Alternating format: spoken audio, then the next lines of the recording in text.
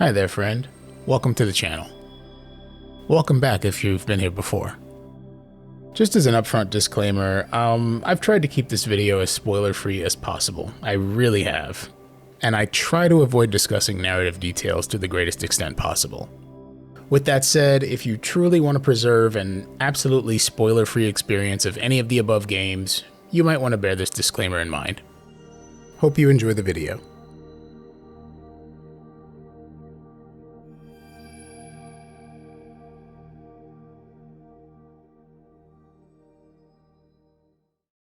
I really wanted to love blueprints. I was taking a walk in March of 2025, headed to the grocery store to blow $75 on a dozen eggs and a pack of Trident, and listening to gaming podcasts as I tend to do. At one point, I caught wind of a curious little game on the horizon. A cerebral narrative puzzler, some prefer the term Metroidvania, that drops you at the center of a mystery. My ears perked up. A game with very intelligent roguelike and deck building mechanics, and a gameplay loop that afforded opportunities to develop familiarity with its intriguing systems and its compelling story. I started listening more closely. A game that was drawing early and strong comparisons to three beloved titles. Animal Well? Whoa. Now I was very interested. Return of the Obra Dinn. Wait, what? Obra Dinn? Okay, I'm sold at this point. And Outer Wilds. I'm sorry, wait. Outer Wilds. Seriously? They're comparing this game to Outer Wilds, one of the best video games ever made. This is an extremely bold claim, and if it's true, then Blueprints is going to be truly special. Well, that cements it. Shut up and take my money.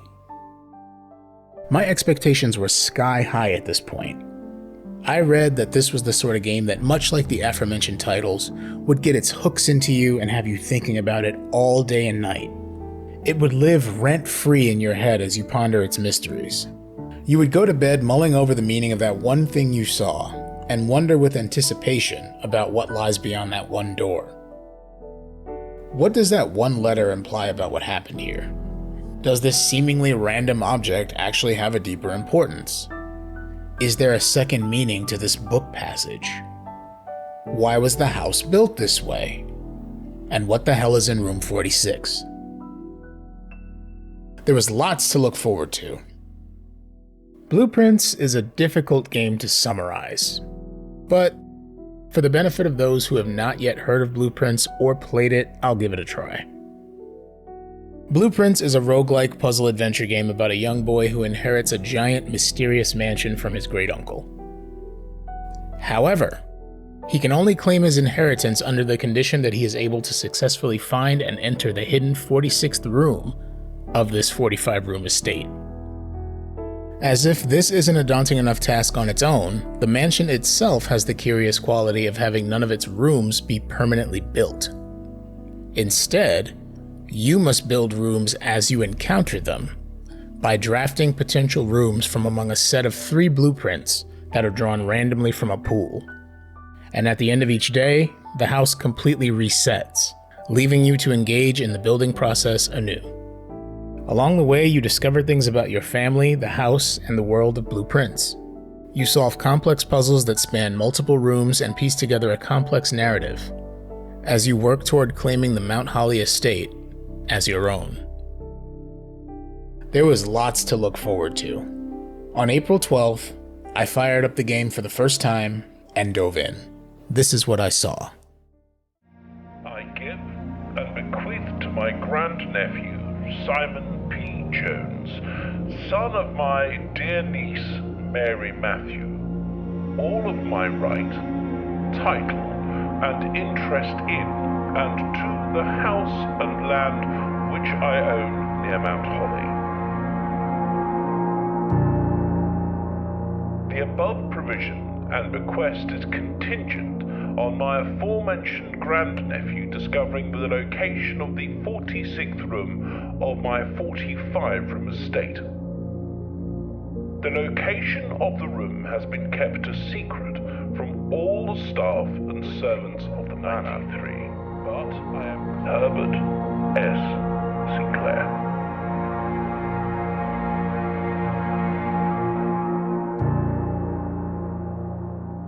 So I have a goal. Okay. Off we go. To start, I paced about the Mount Holly estate grounds in the shoes of protagonist Simon Jones, and I took in the surroundings. Immediately, I was struck by the visual stylings of the game. Strong imprints of other cel-shaded titles that I've enjoyed over the years. 2022's wickedly cool slasher mystery title Killer Frequency came to mind. Some obvious comparisons to Borderlands, of course, and some of the aesthetics had a quality almost reminiscent of the vibes you encounter in Sable. I liked the look. It was understated and distinctive.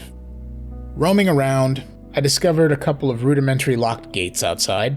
Pretty standard stuff for a video game, though something of a narrative conceit considering that Simon could almost certainly just hop over the fences that separate these spaces and explore what lies on the other side, but that's neither here nor there.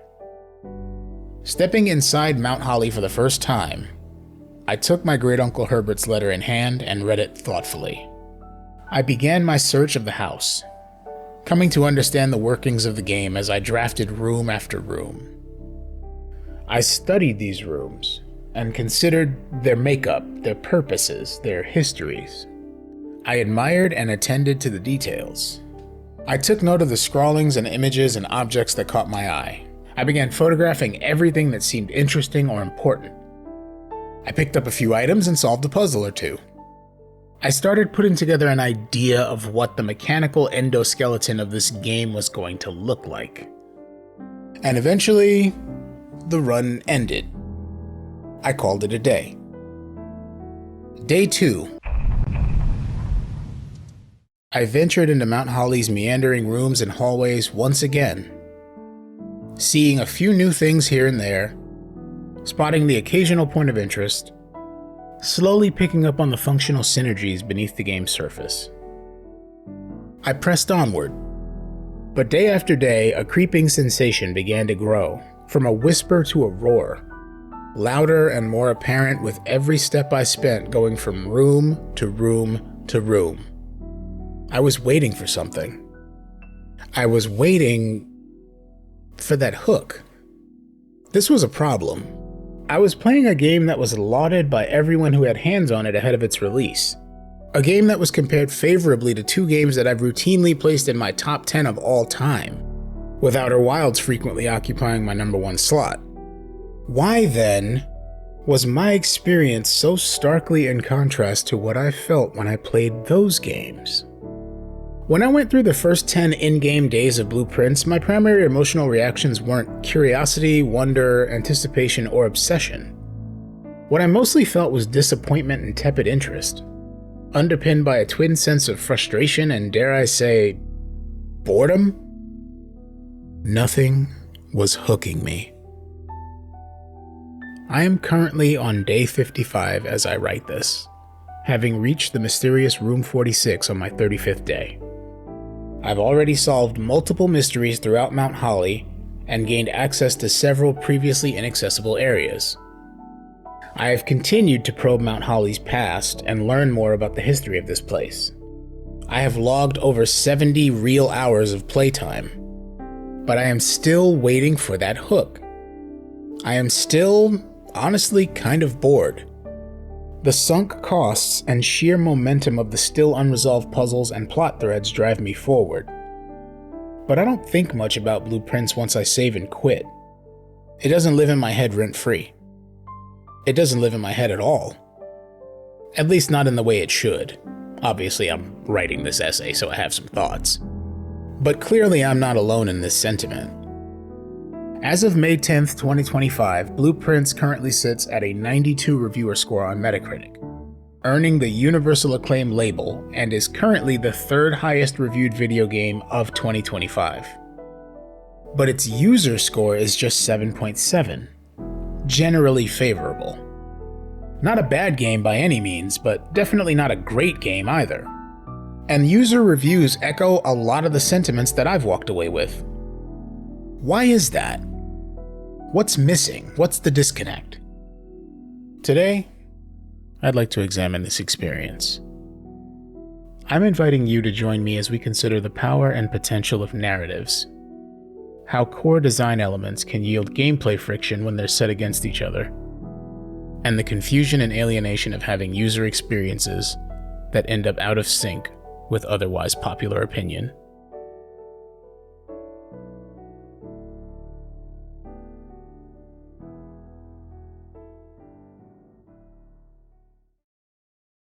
I'd like to begin with 3 statements. 1. Blueprints is a very good game. 2. I greatly enjoy games that Blueprints has been compared to. 3. I did not enjoy Blueprints as much as I hoped I would. Unlike the parlor puzzle, all 3 of these statements are true. Playing Blueprints really touched on a couple of my core ideas about gaming in general, and it offered me a really interesting frame within which I could think about these ideas. There are specifically 3 ideas that I really dug into, each of which I want to talk about today. The first is arguably the most subjective, but it guides how I approach virtually every game I play. 3 simple words: story is king. The second is a loosely defined pet hypothesis of mine. Immersion and engagement are often at 2 ends of the same continuum, or at the very least are obliquely positioned relative to each other. And the third is just common sense design. Games should respect the player's time.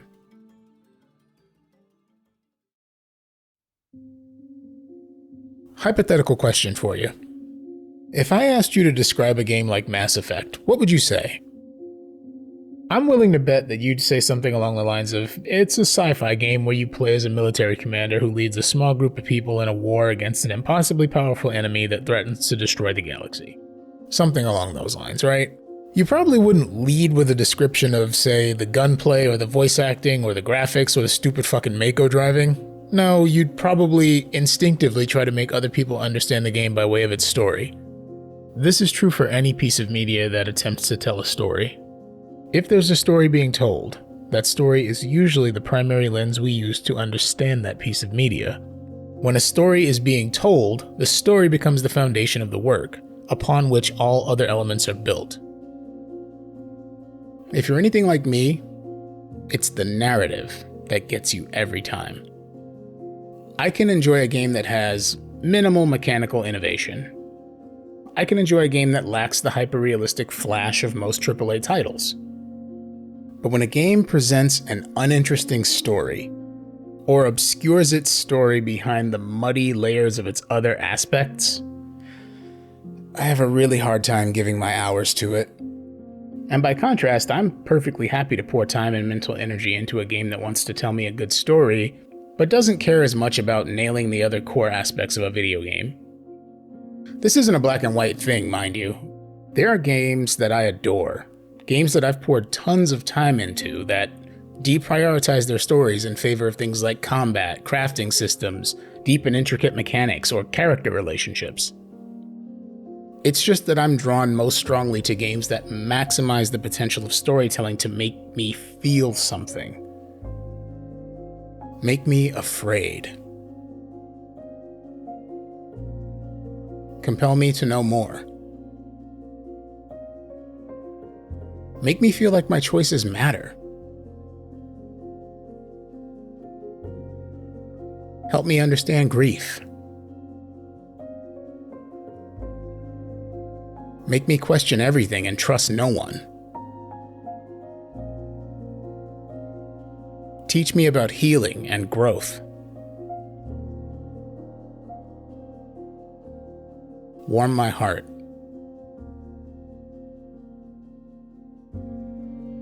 Make me hope. Give me a reason to care about what I'm doing. That is the stuff of great games for me. Now, if you played Blueprints and you loved it, you might be thinking, but Fred, Blueprints has an amazing story. What the hell are you talking about? Well, I've also heard that Blueprints has an amazing story, but I have yet to see it. Unfortunately, Blueprints' design means that its amazing story is gated behind layers of its mechanical elements. This brings me to my second thought. Okay, so this one is a bit of a deeper dive, but follow me on this tangent and I promise we'll bring it right back around to Blueprints. Immersion and engagement. Two ends of the same continuum. Or at the very least, they're kind of at oblique angles relative to each other. Definitions for these terms can vary a little bit, but what I mean can be boiled down to basic questions. When I talk about engagement, I'm talking questions about the more concrete aspects of a game. What do I have to do? Which tool or weapon should I upgrade? How do I perform basic maneuvers? How do I improve my character? What resources do I need to craft this item? How do I get past this boss? What's the right timing for this platforming section? At their core, these are questions of mechanics. How do you, the player, engage with the content that the developer has provided to you? When I talk about immersion, I'm talking more about the why and the who of a video game. Questions about the intangible aspects, the things you feel when you play. Who is my character as a person? Who is my companion? Why is this world the way that it is? Why is my character motivated to do what they're trying to do? Why do these creatures live in this biome? Why should I, the player, care about getting the character to the end of their journey? Who will my character become as a person by the time this journey's over? What is it like for these people to live, work, survive, or thrive in this place? How does it feel for me to live in this place while I'm playing? Now, these are imperfect definitions, and there's plenty of room to disagree with my framing, but that framing really helps me understand how I'm feeling in relation to a piece of interactive media. It can be really helpful to understand these definitions by way of example, so let's run through a couple. You might instinctively classify something like a hacking minigame as a form of immersion, given that it's intended to make you feel like you're really living in the player character's shoes and doing the things that they do. But I would classify those as forms of engagement, because the point of those mechanics is less often about making the player feel like someone who inhabits the world of the video game, and more about giving the player some sort of activity to engage in as an alternate form of gameplay. An alternate modality, if you will. This is why most hacking minigames suck. They try to do both immersion and engagement at the same time, and they somehow fail at both. Mostly due to the very obvious busy work that they usually involve. I feel the push and pull of engagement and immersion constantly when I play video games. And their forces frequently pull in opposite directions. Immersive aspects of games can often make the player disengage mechanically from a game. Take a well-known example like Red Dead Redemption 2, regarded as a modern masterpiece of gaming but fairly criticized for the ways that its immersive aspects get in the way of player engagement. The simple act of eating meat requires that Arthur find a healthy animal, kill the animal, dress the carcass to obtain the meat and pelt from it, take those ingredients back to a campfire, kneel down next to the fire, place the meat on the end of the knife, gently cook the meat over the campfire, and then eat it. And you can't just go to a shopkeeper and pick buy from a pop-up menu when you want something. No, you have to either physically pick up the object that you want to buy and look at it, or flip through an illustrated catalog of products with your hands, watching those hands in real time as you peruse those selections. A lot of this is immersive. We feel like a person who's living in the late 1800s, roughing it out there in the woods or in the desert. But it's Arthur himself who carves up the animal and removes its skin while we watch, for the most part.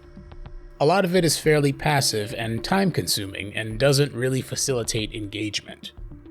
By contrast, eating meat in a game like Streets of Rage just requires the player to walk up and press a button to eat a whole roasted chicken that you just found in a trash can, in a back alley behind a bar, in the rain, off the ground. Barrel aged. Okay, maybe Arthur had a point. But while the Streets of Rage method is undeniably disgusting, it doesn't break the player's engagement. The player doesn't have to stop and wait while the game takes a beat to make you feel like you're actually walking the streets and in need of a quick hit of wildly unsanitary protein. You just eat your floor chicken and keep it pushing. Even 30 years later, old habits die hard. Engagement remains high because immersion and food safety are largely ignored. In fact, immersion versus engagement has been one of the more important balancing acts of gaming in general since the early days. More often than not, we find that immersion has to give way to certain acts of shorthand. Otherwise, player engagement stalls out and the game just becomes less fun. Games are supposed to be fun, so it makes sense. This is why in a lot of games, the player character can carry a stupid and unrealistic amount and variety of weapons or items at all times, or why you can survive multiple literal gunshot wounds or attacks from bladed weapons in a lot of games, and you can just kind of heal up by eating a sandwich or some shit. Like I said, immersion has to give way to engagement. Even Blueprints is subject to this trade-off. That design conceit that I mentioned earlier is a textbook example. Simon can and absolutely should just hop this fence, clamber over this wall, but the player cannot. Oh no. That level of immersion would violate the design intentions of the game, and therefore it would screw with the player's engagement with the game. So your progress has to be both figuratively and literally gated. The same kind of thing could be said for the step system that Blueprints uses. I personally find it kind of dumb that running 3 laps around the estate grounds is supposed to be just as exhausting as calmly stepping back and forth between 2 room thresholds a couple of times. But again, the design intent of the game is that distinct spaces count toward your steps, so immersion must once again cede ground to engagement. This isn't a criticism of Blueprints, mind you. It's just how video games work, a necessary evil brought on by the unique interactive qualities of the medium. Blueprints doesn't necessarily falter when it comes to these elementary aspects of immersion and engagement. But rather, a big part of my challenge with connecting to Blueprints has to do with how the game's central design philosophy, or at least the design philosophy as I can see it, pulls on these levers of immersion and engagement in different ways. It seems to be a game that's trying to do 2 things at once. On the one hand, Blueprints aims to present a highly thoughtful, extremely well-designed puzzle game that really maximizes the potential of roguelike game mechanics and marries deck building with the uniqueness of its setting in a way that's bordering on diegetic. Diegetic is a word favored by media analysis nerds. It just basically means that things that the audience experiences are identical to the things the characters experience. In Blueprints, it makes sense for the player to be collecting rooms like playing cards because Simon literally does collect floor plans like playing cards, adding them to the draft pool as you would add cards to your deck in Balatro, and playing them from a hand of 3 that you draw every time you open a door. This is how architecture works in this world, and it's how getting from room to room works in this video game. This is all highly engaging stuff. It just begs you to interact with it, to give it thought, to plan, and to strategize. And these pseudo-diegetic mechanics even bring Blueprints into close synergy with the immersion side of the spectrum, at times. And that's genuinely nice to experience. But, on the other hand, Blueprints aims to present the player with a deep and compelling mystery, to tell a story full of charm and intrigue, with characters that we want to get to know and understand through the records and objects that they've left behind, pieces of their lives that can be stitched together into a beautiful, cohesive narrative. It wants to live in our heads rent-free. It wants us to weave together the events of this world and understand our place in its history and its present. It wants us to feel like a part of the family that lived here. It wants us to feel what Simon feels as he learns about his own world history and family legacy. It wants to immerse us. Pulling off this twin trick, well-developed mechanical engagement, and deep immersion through vivid gameplay and storytelling, this is an ambitious undertaking for any game. And understanding that this is one of the things that Blueprints was trying to do, it's readily apparent why the game was compared to stellar titles like Outer Wilds and Return of the Obra Dinn. Masterpieces of gaming execute this move seamlessly, and perhaps unsurprisingly, many of the games that excel at this maneuver are part of the immersive sim genre. Blueprints does do a lot to blend these two sides of the game together, and the moments when they dovetail can be very satisfying. But unfortunately, the seams between the two sides of the experience are visible. At times, they're extremely visible, in fact. Why is that? From what I've seen, it's because Blueprints pulls the maneuver of giving us both immersion and engagement, doing two things at once, by being two different games at once. Functionally speaking, two separate games coexist here, leading to some oddly disjointed gameplay experiences. For example, it's entirely possible for a player to reach Room 46 without paying much, if any, attention to the game's story. And you might agree. You might be saying, yes, exactly, because technically you can reach Room 46 within just a day or two with a fuck ton of luck, and selecting just the right rooms, and getting just the right items at just the right times, and just happening to go to just the right places in just the right order. That's true. But this isn't what I'm talking about, though. And I honestly don't think that kind of thing is the issue here. Hell, you can say the exact same thing about Outer Wilds.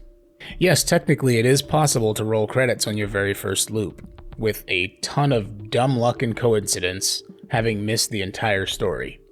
However, in both Outer Wilds and Blueprints, this is exceedingly unlikely.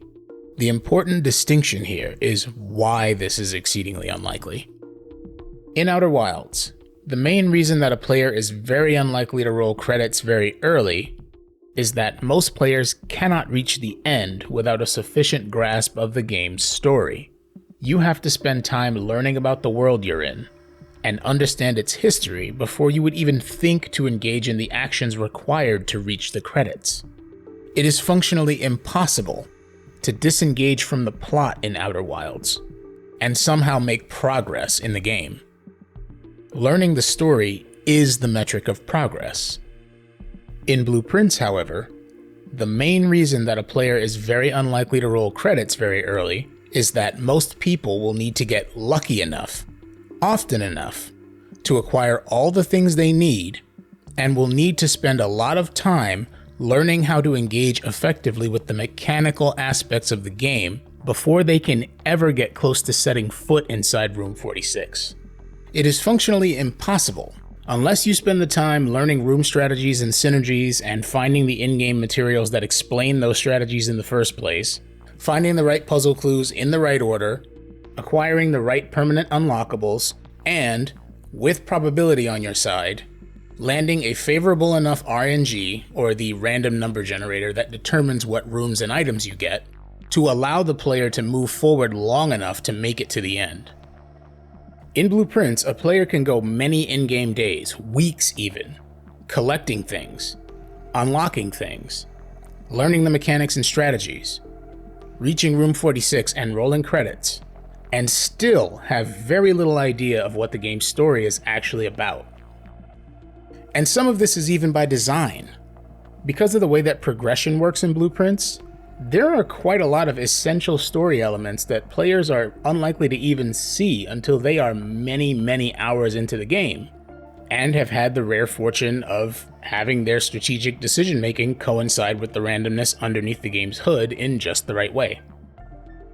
This makes me genuinely sad, because again, I have heard that this game has a really great story, but the game is doing very little to hook me. I'm not alone here in voicing this opinion. In fact, I've heard similar arguments illustrating how Blueprints' randomness even interferes with its own puzzle design at times, bringing two different aspects of engagement into direct conflict with each other. Mark Brown over at Game Maker's Toolkit has a great recent video examining that specific experience of friction, and came up against some of the same concerns about Blueprints' design that I discuss here. You should check that one out as well. I'll link it below. I have heard the argument that there's a sort of optimal way to approach Blueprints, and I generally think it's helpful advice for enjoying the game. Though it's also advice that's slightly ignorant or even dismissive of the third idea that I'll talk about later. Basically, it boils down to having the patience to sit through the repetitions of failure and appreciating the small steps forward that you do get with each in-game day. To learn to be comfortable with the fact that you will encounter puzzles or tasks fairly frequently that you simply cannot solve yet, and to try to focus on what new things you actually can do instead. If the puzzle side of the game gets in the way, if the RNG screws up your run and sticks you in a dead end, you have to step onto the elevator and descend to the severed floor, and let your innie engage with the plot separately from the puzzles. You have to effectively switch modes completely. This mindset shift does help to alleviate the frustrations that a lot of players pointed out in the early days of Blueprints' release, and it certainly helped me enjoy the game a little bit more. But it also highlights a pretty significant misstep in Blueprints' design. It should not be necessary to so thoroughly divorce these two sides of the experience from each other. This becomes especially apparent in the later days of your playthrough. After you've crossed off a lot of mysteries and solved a lot of puzzles, the list of things to do or discover slowly shrinks. This makes it all the more likely that you begin any given day at Mount Holly with a singular purpose. Anyone who has played Blueprints can tell you that having one specific goal in mind on any given day is generally a recipe for frustration and failure, given how this game works.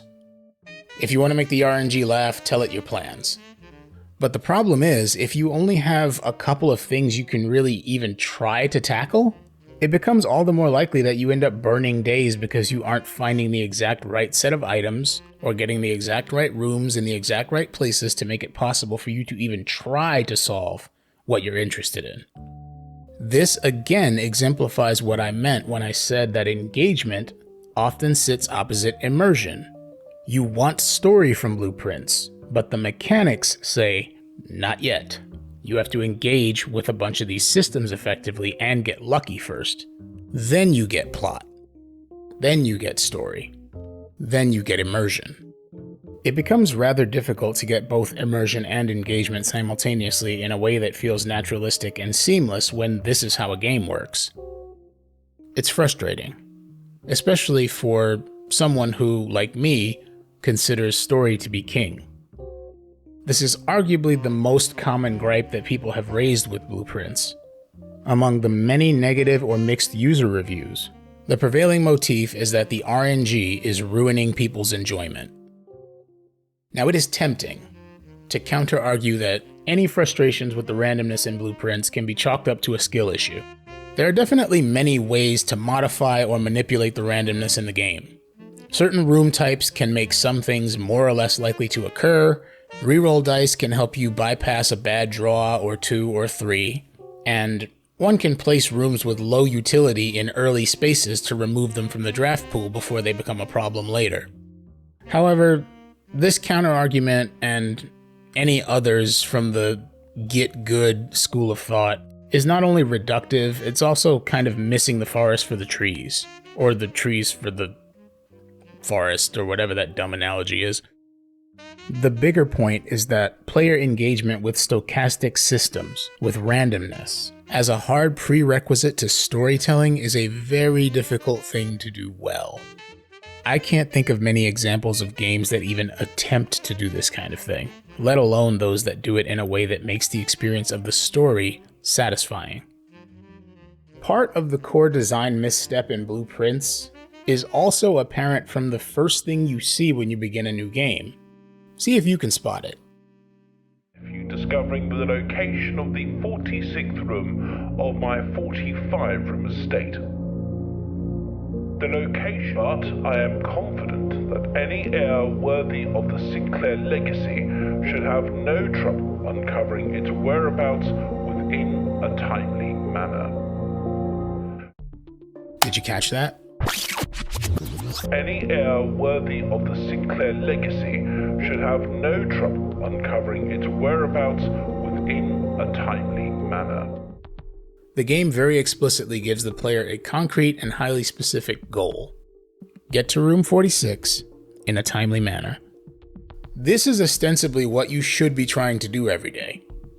And the emphasis on doing so in a timely manner is especially egregious. When I heard this, I assumed that it meant I had a limited number of days to reach room 46 or it's game over. So I was trying hard not to spend too much time exploring or wandering off and poking around at anything that wasn't immediately relevant to moving north. This framing probably made a lot of players lock in and take on that same kind of singular focus that I cautioned against a minute ago. In a game with as much randomness, fragmented puzzle solving, and intricate strategy as Blueprints, a singular focus will inevitably lead to player frustration. But the game pretty deliberately sets up new players for that exact kind of frustration. Rather than giving players the advice to take their time and get to know the curiosities of their family estate and history at their own pace, the game gives you one specific task at the outset, tells you that you shouldn't dawdle away your time, and then hands you the tools to complete it. Had Herbert's letter to Simon placed more emphasis on taking your time and proceeding by discovering little bits at a time, it's possible that a lot of people wouldn't have gotten as frustrated with Blueprints as they clearly have. But that damage, sadly, has already been done.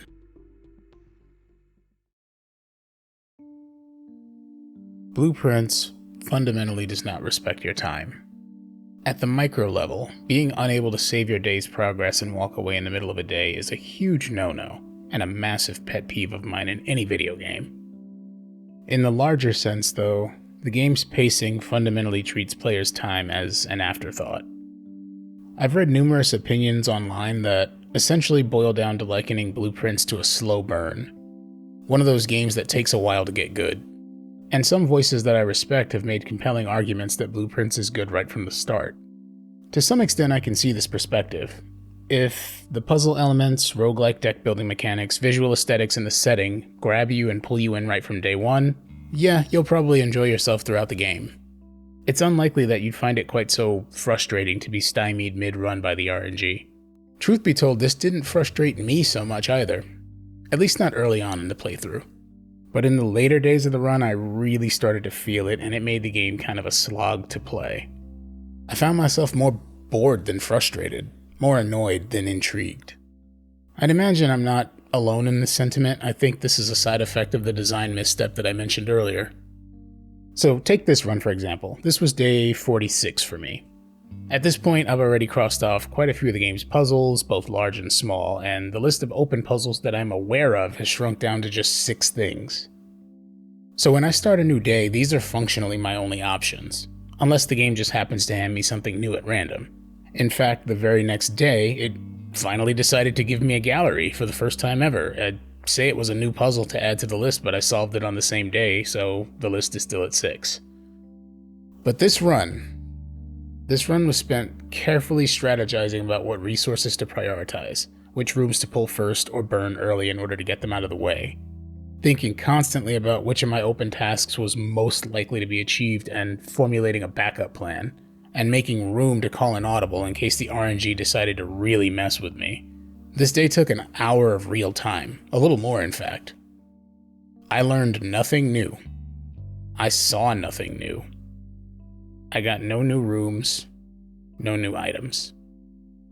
I wasn't exposed to any new opportunities for mastery where I could be reminded of potential room synergies or new strategies that I could try next time.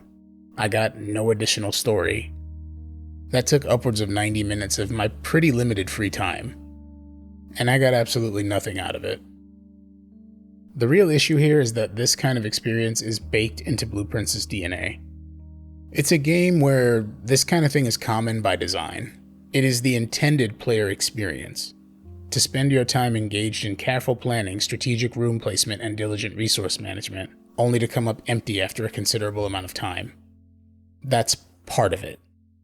And as the player gets further and further into the game, uncovering more and more of Blueprints' elusive story, this means that not only do you come up empty in terms of solving the mechanical challenges of the game, you come up empty in terms of plot.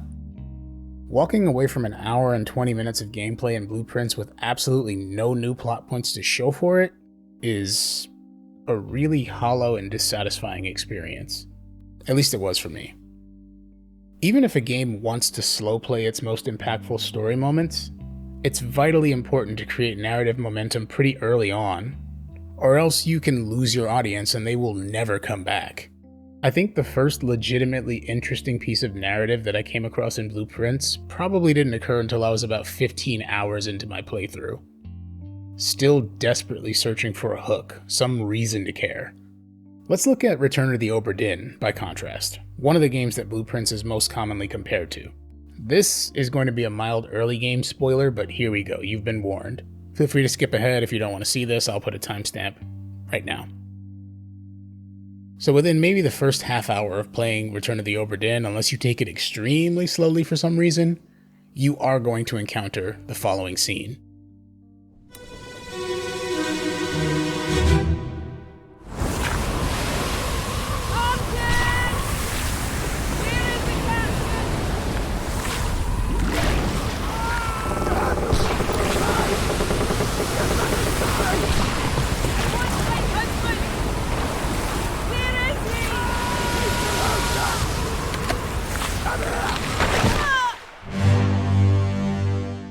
Now, out of respect for those who haven't played Obra Dinn, I cannot in good conscience show you what this is.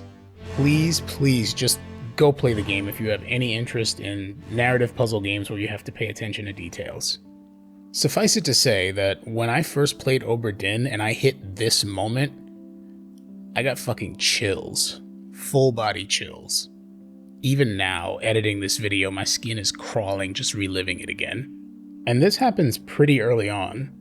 It hooks you, and it sets the tone. It's incredible storytelling, and accompanied by Lucas Pope's score, it's just... whew, holy shit. Man, Obra Dinn is special. Blueprints might be the only game I've ever played that explicitly makes you grind for plot. Not for items, upgrades, experience points, or weapons. For story. The game will not give you reasons to care about why you're playing unless you're willing to endure going through these motions. Maybe you'll get lucky and you'll see quite a lot early on, but maybe not. Maybe you'll get blocked at every turn. And when this kind of thing happens regularly and frequently enough, it will never matter how much other people proclaim that the story is incredible. It just won't. The game is making its own incredible story highly inaccessible, and therefore turning off a large segment of its player base. I kinda wonder if this isn't where some of the disconnect between reviewers and players actually comes from. I'm just theorizing here, but it feels like the response to the way in which your personal, unrecoverable time is required by Blueprints is pretty different if you're playing the game as part of your job versus playing it strictly for personal enjoyment. This doesn't just apply to Blueprints either, it's kind of a broad caveat that I always keep in mind whenever I read professional reviews of media. I've read coverage that refers to the repetition in Blueprints as calming and even meditative. The idea being that you can find a rhythmic sense of enjoyment here if you're willing to just let go of run after run when things don't go your way. Try something else. Go through the motions and achieve some sort of flow-like focus, and eventually something new will pop up and surprise you and delight you. The main problem with this notion is the word eventually. A lot of players simply don't have the free time to wait for eventual delights, especially when that wait can end up on the order of several hours. This is kind of a function of the unique position that video games occupy as a broader medium. When home video games really took off back in the 80s and 90s, they were largely understood to be products for young kids and teenagers, at least in the Western market. But by now, those same young kids and teenagers are adults, whose day-to-day lives look very different than they did 30 or 40 years ago. Our paths have taken us in many different directions. The value of a player's personal time was probably not a really strong consideration when the core demographic for home video games was under 18. But now, with games being heavily marketed to young adults and even dusty older millennials like me, you kinda have to start thinking about what a player's time is worth. We work stressful jobs that demand a lot of our time and energy. Some have classes to attend and mountains of homework to complete. Some have children who need time and attention. We have to prepare meals outside of work. We want to spend time with our friends and families. We want to take care of our pets. We need to sleep. Our steps are just as limited as Simon's. If a developer decides that a game deserves any portion of your time, that time should be respected and rewarded by the people who have asked you to play what they made. I don't think this is an unreasonable expectation. It's a sensible social contract. Clearly, with a meta user score hovering around 7.7 as of time of recording, there are some of us who feel like the time that Blueprints is asking of us is perfectly acceptable given what you get in exchange. But just as clearly, there is a non-trivial group of players that do not agree. At the smallest scale, Blueprints' devs can address this problem simply by giving players the flexibility to step away and handle life if they need to, without burning the progress they've made during a day. I had to step away from this one because life happened, and looking at this map, I still had about 15 steps left and a couple of open doors to explore, but I couldn't save. It would have been nice to be able to finish this, but the game says, nah man, not today. Recent games like Pacific Drive handled this really well, with a thoughtful list of accessibility and quality of life modifications that players can make, including a setting that allows players to turn off the default loss of progress and items that might come from having to abandon a run because something urgent comes up. It's nice. At a larger scale though, I don't know how Blueprints fixes its time problem. The simultaneous task of trying to make RNG and narrative work cohesively together is like mixing oil and water with no emulsifier. It's very difficult and requires a lot of agitation, and ultimately, you still end up with a weird mouthfeel. I don't know, is this a good analogy? Slow pacing and dead, unproductive runs are, again, woven into the DNA of the game pretty intentionally. Thing is, other games have similar design principles behind them, putting seemingly unproductive effort or randomness and repetition at the center of their gameplay cycles. Maybe Blueprints could solve its time issue the way a game like Hades does. In Hades, even though you die repeatedly, there's still a steady and reliable drip of mechanical progress, narrative exposition, and characterization. Every time you return to the House of Hades, you learn a little bit more about the underworld and its citizens. You understand people's relationships a little better, and you gain bits of insight into why Zagreus and Hades are doing what they're doing. The punishment and repetition of Souls-like games also comes to mind. But even in Souls-like games, the hour and a half that a player spends trying to accomplish the same task over and over again, and failing, is not entirely unrewarded. It does provide the opportunity to improve at that task and learn to navigate the challenge more expertly. Blueprints sometimes even lacks this opportunity reward, particularly in later parts of the game where, again, you're just statistically likely to have fewer things left to do, and fewer opportunities for skill improvement or strategy enhancement. And of course, the randomness is a constant sword of Damocles that hangs over your run, ready to come crashing down and kill any chance you had to get anything meaningful out of the time you just spent walking around Mount Holly. At the end of the day, it seems like Blueprints is a really good game, but only under one of two conditions. Either you have enough disposable time to endure its deliberately slow design, or you value the experience of the game highly enough that you don't consider the unproductive time wasteful. If you don't fit into either condition, your results may vary.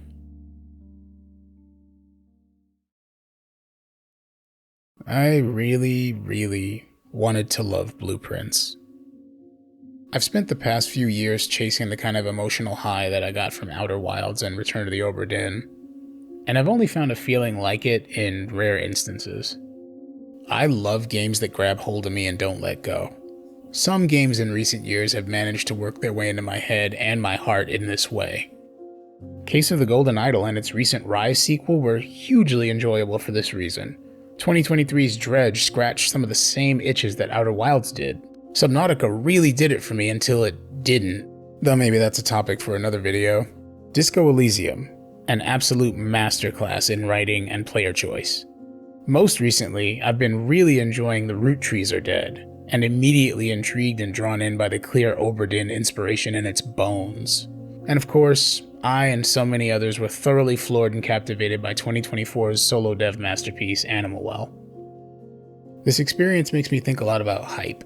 When I hear whispers of a new video game that reminds people of a title that redefined how I experience and understand video games, I'm understandably excited.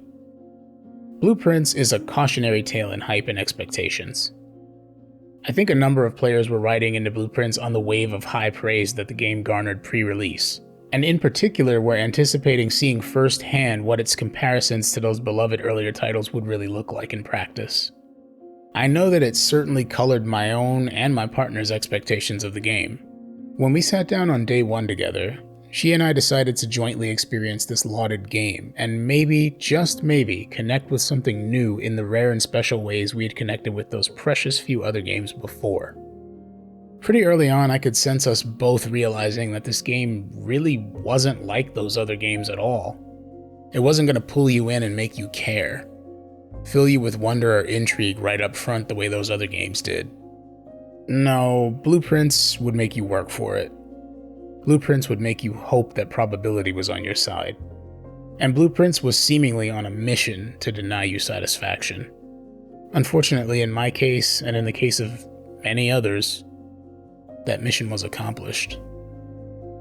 And this is profoundly sad and disappointing to me, because Blueprints really is a good game, a great game even. It just isn't a good game for me. I will probably continue to play Blueprints because I'm hard-headed. I'm propelled by the sunk costs and the unresolved questions and puzzles that will just annoy me until I resolve them. Not a great reason to continue, but I am an imperfect person, what can I say? And who knows, maybe I'll eventually end up enjoying it more and even loving Blueprints' story once I find it. But you already know how I feel about eventually. Speaking of things that should respect your time, thanks for sticking with me to the end here.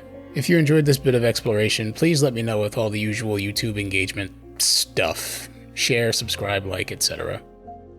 I really enjoy talking and thinking about these things, and it helps me to know what you're interested in. You might even enjoy my other stuff too, when I get around to making it. I do sincerely hope that my ramblings today have been somewhat helpful to you at least. If you're a person who's been interested in Blueprints but not sure if it's for you, maybe this will help inform your decision to play or pass. If you're someone who loves Blueprints and cannot fathom why some idiot on the internet would have an issue with it, maybe something here helped you understand what other players experience and gave you a little bit more perspective. And if you're a player who has played Blueprints and felt frustrated and alienated when you bounced off of a game that everyone else seems to love, it's not just you. Keep playing the things you love, and keep searching for that special game that will live in your head rent-free. Someday, your prince will come, but he won't be blue.